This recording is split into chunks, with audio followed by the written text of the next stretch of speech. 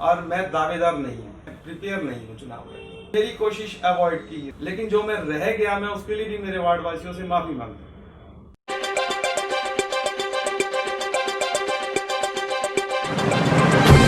नमस्कार, आप देख रहे हैं जेजी न्यूज। समय समय पर आपको अपडेट करते रहते हैं। एक मुद्दे के साथ आज हम आए हैं। वार्ड नंबर 29 के चुनाव की तारीख घोषणा जो है उसकी कर दी गई है। 27 दिसंबर 2020 को मतदान होंगे और 30 दिसंबर को जो है वहां पर गिनती के बाद जो उसके परिणाम हैं वो आएंगे। 9 अप्रैल 2020 को माता जी के इनके स्वर्गवास होने के बाद जो है वहां पर नगर पार्षद की सीट खाली हो गई थी, जिसकी चुनाव की तारीख अब जो है घोषणा कर दी गई है। तो आज उन्हीं चर्चाओं को लेकर हमारे बीच में पहुंचे हैं। साथ ही जो मेन मुद्दा रहा, क्यों ये चर्चा हम कर रहे हैं, इसका एक खास कारण है। कारण क्या है? कोरोना महामारी के चलते ये संकट पूरी दुनिया पर ही नहीं बल्कि देश पर, प्रदेश पर, और अगर हम बात करें हर वार्ड के अंदर, हर घर के अंदर इसकी समस्या, ये बीमारी, महामारी जो है उसका कारण आर्थिक संकट हर आदमी पर, हर व्यक्ति पर, हर उस इंसान की जेब पर पड़ा है। इसी दौरान जैसे चुनाव की घोषणा भी कर दी गई है। सबसे पहले तो मैं आपका स्वागत करूंगा हमारे स्टूडियो में पहुंचने पर। तो आज उसी चर्चा को लेकर हमारे बीच में वार्ड नंबर 29 से पार्षद रही माता जी जो हैं, हमारे गोलू जी, जिनको नाम से पहचाना जाता है, जो इनका निक नेम है उससे इनकी पहचान है। आज हमारा जो विषय है वो ये है कि कोरोना महामारी के चलते जहां पूरा संकट, आर्थिक संकट हर एक व्यक्ति की जेब पर पड़ा है, देश नहीं, प्रदेश नहीं, वार्ड नहीं, हर आदमी इससे चपेट में आया है।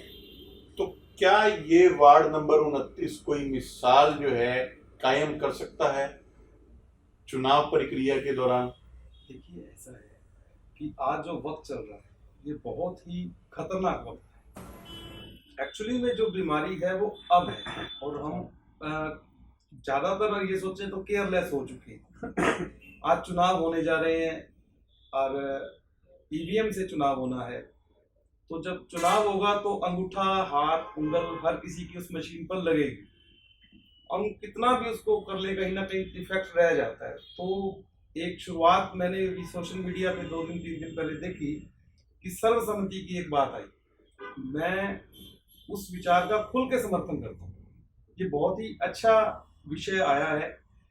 जितने भी चुनाव लड़ने के इच्छुक हैं या राजनीतिक पार्टियां हैं, मेरे ख्याल से उनको एक शुरुआत करनी चाहिए, और इसको चुनाव या सर्वसम्मति वर्ड ना देकर हमें इसको यज्ञ कहना चाहिए। इस यज्ञ के अंदर सभी अपनी हार की आहुति डालें और एक अच्छा चेहरा जो भी हो, कम से कम मैं उसके साथ खड़ा मिलूंगा, कोई भी चेहरा हो मैं साथ मिलूंगा, ताकि वार्ड का काम हो सके। मैंने ये चीज को रियलाइज किया है 9 अप्रैल के बाद। मुझे फोन आते थे, जितना काम जो मेरे हाथ में था मैं करता था, लेकिन साइन की बड़ी दिक्कत होती थी। उनको ये कहना कि आप किसी और वार्ड के पार्षद से करवा लो, या जो भी कर देते हैं, सभी करते हैं, लेकिन थोड़ा दिक्कत होती है। तो ये बहुत जरूरी है कि वार्ड का पार्षद जरूर हो, लेकिन इस सर्वसम्मति से हो तो ये मेरे वार्ड के लिए बहुत बहुत बढ़िया है, और मेरे प्रांत के लिए भी बढ़िया है कि एक मैसेज आएगा कि सिरसा के लोग कितना आपस में प्रेम भाव से रहते हैं, कि वहाँ पर राजनीतिक महत्वाकांक्षाएं मायने नहीं रखती हैं, आपसी प्यार ज़्यादा मायने रखती है। गोलू जी, आपने बहुत ही अच्छी बात कही कि जैसे अभी आपने बताया कि सोशल मीडिया पर एक मैसेज जो है कई दिनों से वायरल हो रहा है कि सर्वसम्मति जो है वहाँ पर दिखाई गई। बहुत आपने अच्छी बात कही। सर्वसम्मति से जहाँ कोरोना महामारी के जो संकट है उसका भी अभाव और जो उसका पड़ने वाला नुकसान जो है वहाँ उसका कम होगा। तो उसके साथ साथ अगर बात आती है आर्थिक संकट की, चुनाव के अंदर पैसा भी खर्च होता है। अगर वहाँ से 2 या 3 या 4 या 5 जो भी वहाँ से उम्मीदवार आते हैं, चाहे 100 रुपये से लेके चाहे लाखों रुपए लगे, तो पैसा वहाँ खर्च भी होता है। तो उसके लिए जिसकी भी मंशा है, या इसको आप किस नज़रिए से देखते हैं कि जो पैसा खर्च होने वाला है वो वार्ड के भी काम आ सकता है, उसको आप कैसे जो है सर्वसम्मति के अंदर बात कर रहे हैं? देखिए, कोई एक कमेटी अगर बनती है, जो भी उसके अंदर चुनाव लड़ने का इच्छुक है, हम उनसे उनकी बात लेते हैं, जिसके अंदर राजनीतिक पार्टियों को भी लेना चाहिए। ठीक है, अगर कुछ हम एक डिसीजन लेते हैं, भी इतना खर्चा होता है, हम इतना इकट्ठा करके एक बना लेते हैं, तो किसी बहन बेटी की चाहे शादी हो, चाहे किसी की कोई बीमारी हो, या वार्ड का कोई काम हो, वो उस पैसे को हम वहाँ यूज कर सकते हैं। और मैं ये समझता हूँ कि सरकार का जो हमारा खजाने से पैसा जाता है वो भी बचेगा, उसको भी हम वार्ड में किसी पार्क में या किसी और जगह लगाया जा सकता है। तो हमें कुल मिलाकर कोशिश यही रहनी चाहिए, मेरा तो सबसे अनुरोध है कि सर्वसम्मति से ही किसी ना किसी को चुनो और इसको यज्ञ का मतलब मानकर इसको काम करे तो ज्यादा इजी रहेगा। आपने यज्ञ कहा, उसमें आहुति डालने की बात भी कही। अगर इस आहुति को डालने के लिए वार्ड के बड़े बुजुर्ग बुद्धिजीवी लोग अगर आते हैं और उसका एक कमेटी का गठन किया जाता है और उसके अंदर क्या आपको भी लिया जाए तो आप भी उसके बीच में जो है अपनी भूमिका कैसे अदा करेंगे? देखिए, जो मेरे जिम्मे काम लगाया जाएगा, जो भी मुझे कहेंगे, मैं बिल्कुल सिर झुकाकर उनके साथ करूँ। उनकी हाँ में मेरी हाँ हो। आप राजनीतिक परिवार से नहीं और आपने चुनाव लड़ा, चुनाव लड़ने के बाद आपके परिवार को जीत भी मिली, तो क्या माहौल रहा इस दौरान के अंदर? क्या आप अपनी इस जीत के बाद क्या वार्ड के प्रति जो कार्य की बात अगर हम करें तो उससे आप कितने संतुष्ट हैं कि आप अपने वार्ड में क्या कितने कार्य कर पाए? ऐसा था, जब हम चुनाव जीते तो मुझे तो ये भी नहीं पता था कि कौन सा ऑफिस कहाँ पर है, कहाँ क्या फार्म भरा है। मुझे उस चीज को समझने में भी बहुत समय लगा। तो उसके बाद मेरी कोशिश ये रही कि अगर मुझे कोई बुलाता है, कुछ भी काम बोलता है, मैं उस चीज से कभी पीछे नहीं हटा। लेकिन मैं ये कहूँ कि 100% मैंने काम करवा दिया, वो पॉसिबल नहीं होता। क्योंकि आप ये देखेंगे, आप रिकॉर्ड उठाइए नगर परिषद का, कि नगर परिषद में हाउस की मीटिंगें 3-4 हुई, हमें काम रखने का मौका ही बहुत कम मिला।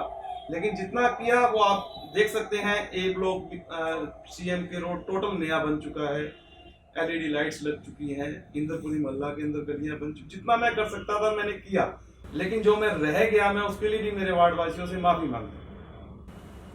तो अब जो आपने कहा, जैसे आपने माफी की बात भी कही, और जो आपने सबसे बड़ी बात आती है सामने कि राजनीति जो है नगर परिषद में होती रही है, जिसका खामियां नगर पार्षद को भी भुगतना पड़ा, वार्ड के विकास में भी कहीं ना कहीं बाधाएं बनी। लेकिन अगर हम बात करते हैं, आपकी माता जी जो हैं ज्ञान देवी जी, वो भाजपा की उम्मीदवार के तौर पर जो है उनके समर्थक जो हैं वो नगर पार्षद बने थे और भाजपा के ही चेयरपर्सन बने थे। तो फिर तो ये माना जा सकता है कि सरकार भी भाजपा की, केंद्र में भी, प्रदेश में भी, और हम बात करते हैं सिरसा विधानसभा की, वहाँ की जो चेयरपर्सन है वो भी भाजपा से और वहाँ का नगर पार्षद भी है वो भी भाजपा से। तो फिर तो बहुत खुल के काम हुए होंगे आपके वार्ड। मैंने आपको यही बात कही कि मैं शुरू में 6 महीने में तो मुझे समझने नहीं लग गए कि आखिर ये सब कुछ होता कैसे है। ठीक है, उसके बाद जो हालात पैदा हुए वो सभी को पता है, खींचतान थी, हम इस चीज को डिनाई नहीं कर सकते। लेकिन फिर भी हमने मेरे वार्ड के अंदर मतलब काफी हद तक मैंने काम करवा लिया। 2-2.5 करोड़ के करीब मेरे वार्ड में लगा है और मेरी कोशिश रही कि मैं करवाऊं। क्या आपको लगता है कि सर्व समिति के लिए जो यज्ञ की आप बात कर रहे हैं इसमें लोग आगे आ सकते हैं? ये ऐसी बातें अभी वहां भी हो रही हैं वार्ड में? शुरुआत हुई है अभी किसी भी चीज को अगर हमने पौधा लगाया है उसको बड़ा होने में समय लगेगा। अभी 2 दिन से ये चर्चा है, ये आगे चल के क्या रूप लेती है वो भी देखने का विषय होगा। अगर चुनाव होते हैं तो क्या आप चुनाव लड़ेंगे? अगर लड़ने और सर्व समिति पे नहीं अगर विचार बनता और चुनाव को लेकर उम्मीदवार मैदान में उतरते हैं तो क्या आप अपनी भागीदारी, आपका परिवार उसमें दोबारा से निभाएगा और उस मैदान में उतरेंगे या नहीं उतरेंगे? जहाँ तक दावेदारी की बात है, मेरी दावेदारी पिछली बार भी नहीं थी और मैं इस बार भी दावेदारी नहीं करता।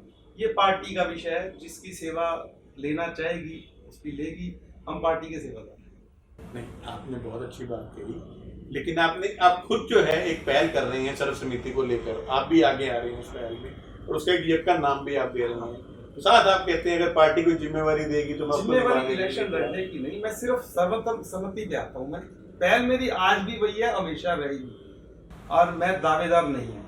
और उम्मीदवार के लिए अगर पार्टी आपका चयन करती है तो और मेरी कोशिश अवॉइड की ही रहेगी। मैं एक्चुअली में क्या है कि माता जी के जाने के बाद अभी घर नहीं संभाला नहीं। पार्टी की तरफ से भी कोई प्रयास रहेगा? जो आपकी बात आपने रखी, कुछ ऐसी बातें आपकी पार्टी से भी हुई हैं? हाँ, मेरे पास मैसेज है आया था, लेकिन मैंने उनको यही बोला अभी मैं प्रिपेयर नहीं हूँ चुनाव के लिए। सर्व समिति की बात उनके समक्ष आपने रखी है अभी? नहीं, अभी नहीं।